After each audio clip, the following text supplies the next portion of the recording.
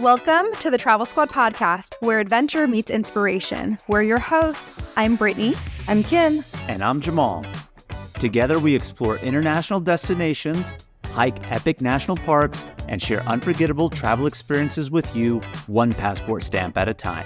Our mission is to inspire you to travel by showing you how you can make it work no matter your budget, schedule, or experience level. We bring you along so that you can laugh, get excited, and start planning your own trip.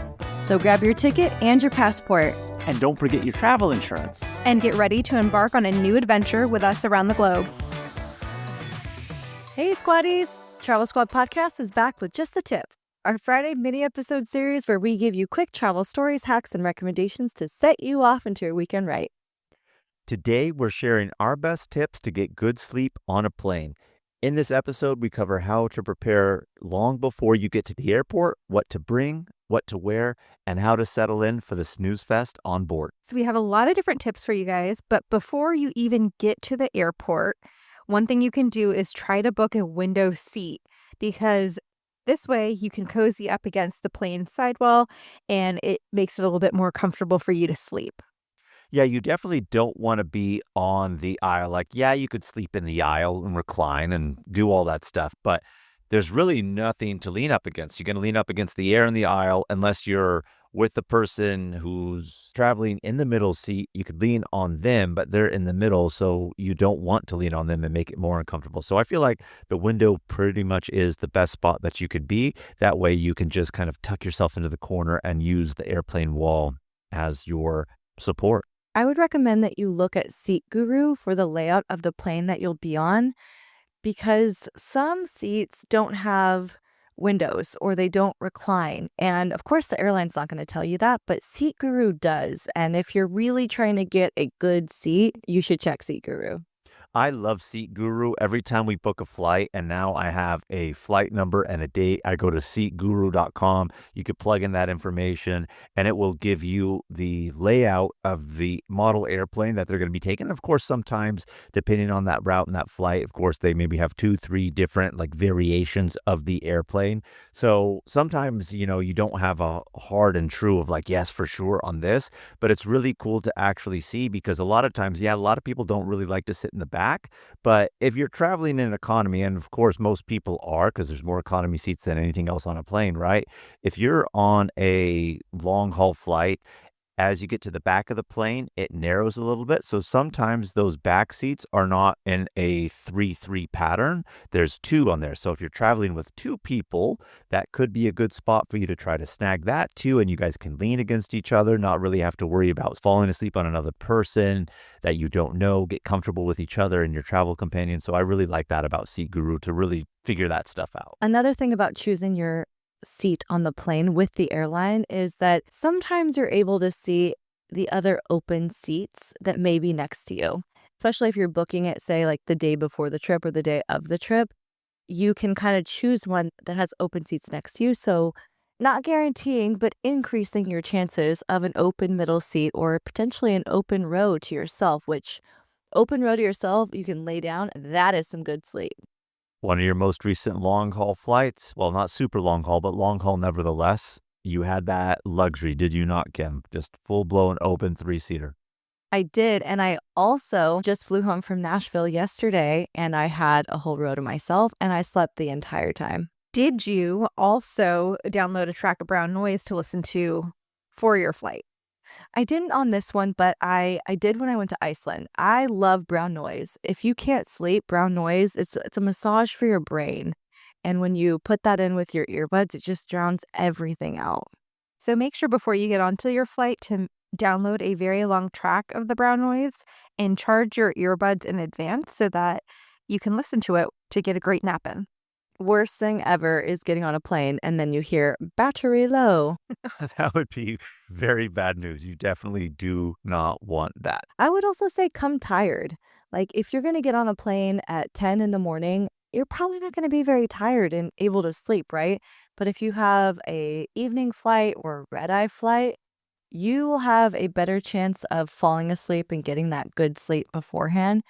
I always like to even exercise, like physically exert myself the day of or the days leading up to the trip, because when your body's tired, you're going to get better sleep. Yeah, I think, of course, if you have a later flight or red eye, you're probably doing something for the day and you're waking up early. And so, of course, yeah, you're going to be tired. But even if you have that 10 a.m. flight, as you said, Kim, one thing you can do is either just wake up extra earlier or even go to bed later the night before. That way you are tired for that. And of course, if you just have like a normal flight, not really necessarily need to do that. But of course, if you're going on a big international flight, flying anywhere between 8 to 15 hours, sometimes even longer, depending on where you're going, you should really focus on being like, yeah, what can I do within reason to have me be the most tired as I am when I arrive? That way it's easier for me to sleep on the plane.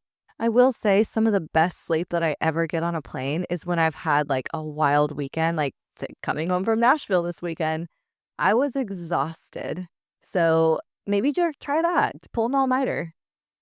Pulling all night. That's something that you can do for sure. When I was working night shift and we were traveling, sometimes I would be like, should I just stay up so that I'll be really tired for this flight? It was a good strategy sometimes. Sergeant and Mr. Smith, you're gonna love this house. Bunk beds in a closet? There's no field manual for finding the right home. But when you do, USAA Homeowners Insurance can help protect it the right way. Restrictions apply. I think you're on mute. Workday starting to sound the same? I think you're on mute. Find something that sounds better for your career on LinkedIn. With LinkedIn Job Collections, you can browse curated collections by relevant industries and benefits, like flex PTO or hybrid workplaces, so you can find the right job for you. Get started at linkedin.com/jobs. Finding where you fit. LinkedIn knows how. TaxAct knows small business owners can sometimes use a little help with their taxes. That's why TaxAct has Expert Assist, a team of live tax experts ready to answer any questions you may have. Think of them as your own personal sidekick. Not like one of those funny talking animal sidekicks, more like the super smart nerding out on tax code and business casual attire sidekick, but just as helpful and lovable. TaxAct. Let's get them over with. Talking about what to wear. You don't want to wear tight jeans. Definitely not. You want to be as comfortable as possible. I get those pants with like the stretchy waistbands or joggers, and I typically wear those on the plane because even yoga pants can be a little restricting at times. Please don't wear obvious pajama pants. That is my pet peeve in the airport. Okay, but what about this? We are going on a business class flight, and I'm not going to wear my pajamas at the airport, but I'm going to change into them for our 17-hour flight. I just think we have so many other comfortable options. You don't need to wear your plaid Christmas pajamas while you're traveling. I'm not going to wear my plaid ones. I'm going to wear my cute ones from Napa.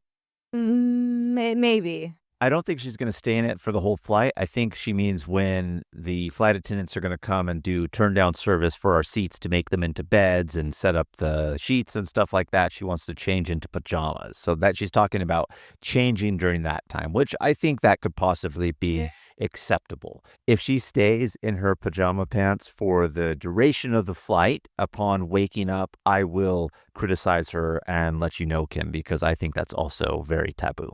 I always wear socks on a plane. I never come onto the plane with just like flip-flops. If I am wearing sandals or for whatever reason, and I'm not wearing them usually for a long flight, I make sure to pack some socks in my backpack. But previously, I used to wear shoes that were like the biggest or the bulkiest. But to be the most comfortable, you want shoes that can easily slip on and off. Definitely. I hate wearing sandals through an airport because for whatever reason, even with TSA Pre, if I'm wearing sandals, guaranteed for whatever reason, they're going to make me take them off and walk barefoot through the security, which is gross. But yeah, socks. It's cold on planes. Or it can be really hot. We've had a few flights that have been warmer than normal. So it's either usually really cold or really hot. So I like to wear some layers. I usually wear a short sleeve and then like a light jacket. And I usually have a scarf that I bring with me, which I can either wrap around my head if I'm cold or use as a little extra blanket. Now, if you are in a hot plane, if you're in a cold plane, you put your socks on, right? If you're in a hot plane, are you going to take your socks off? No. No, the only thing that you should really do if you're in a hot plane is just roll up your sleeves. If you have a long sleeve shirt on, then at that point, I mean, that's all you can really do. And of course, if you're dressed in layers, because it could equally be cold. We've been on flights where it's like hot, then cold, then, you want to take off that coat or sweatshirt then at that point in time. But yeah, just point of this is really think about what you could wear to be the most comfortable within reason and not upsetting Kim by wearing pajamas onto the plane. There's a couple of other accessories that you can bring that will help along with what you're wearing. We always talk about the Take-On travel pillow. It's like a pillow kickstand for your head. I love this thing. It's super comfortable.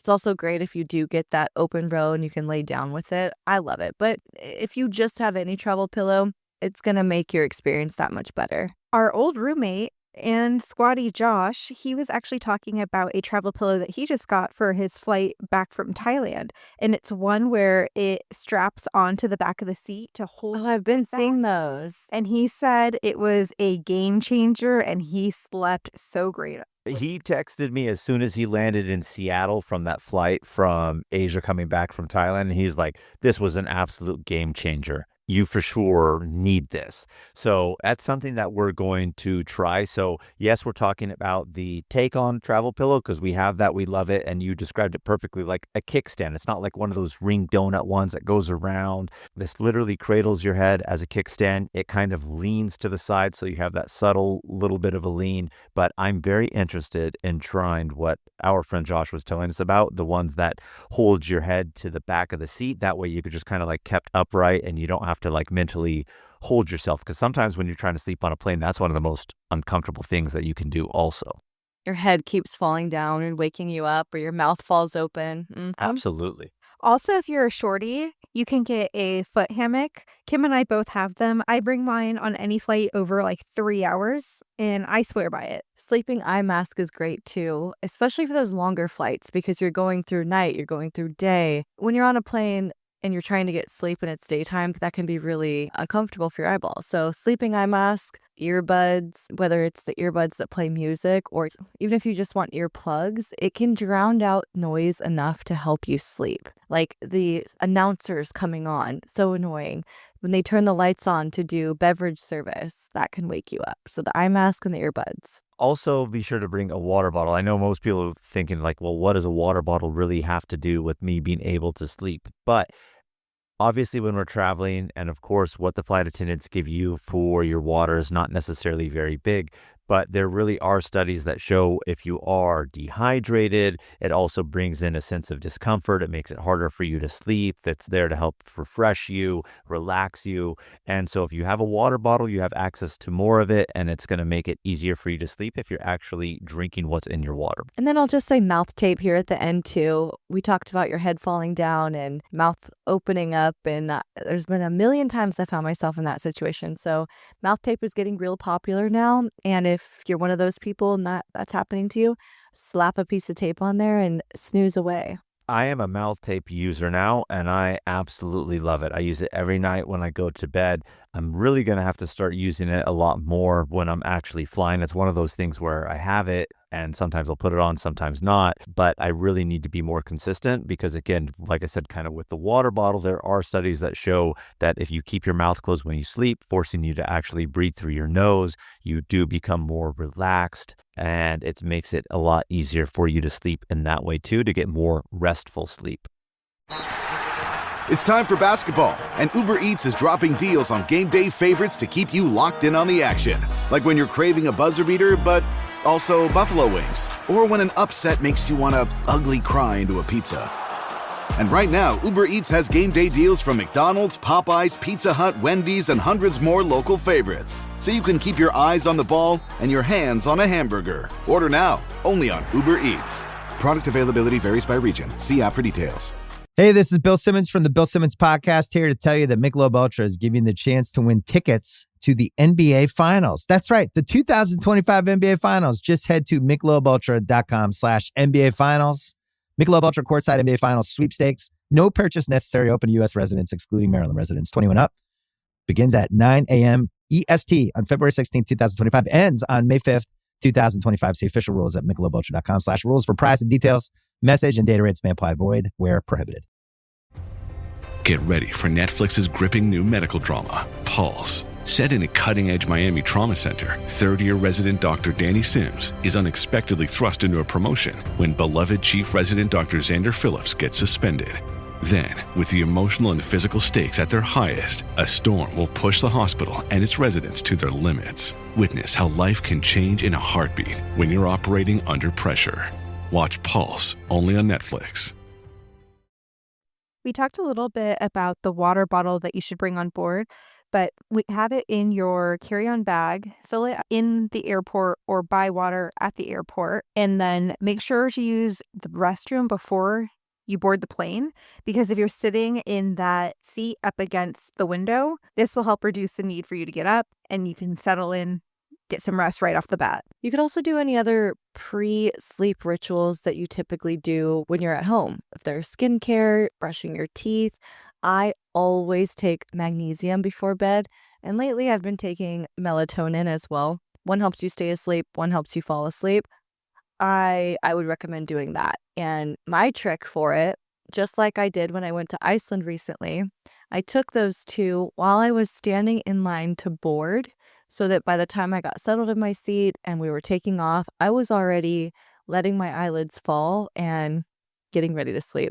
In fact, I did this once with just melatonin coming back from Thailand, and the combination of melatonin and being exhausted from having a wild trip in Thailand for over a week, I slept for like 12 hours straight on that plane. That's a good amount of sleep. 12 hours?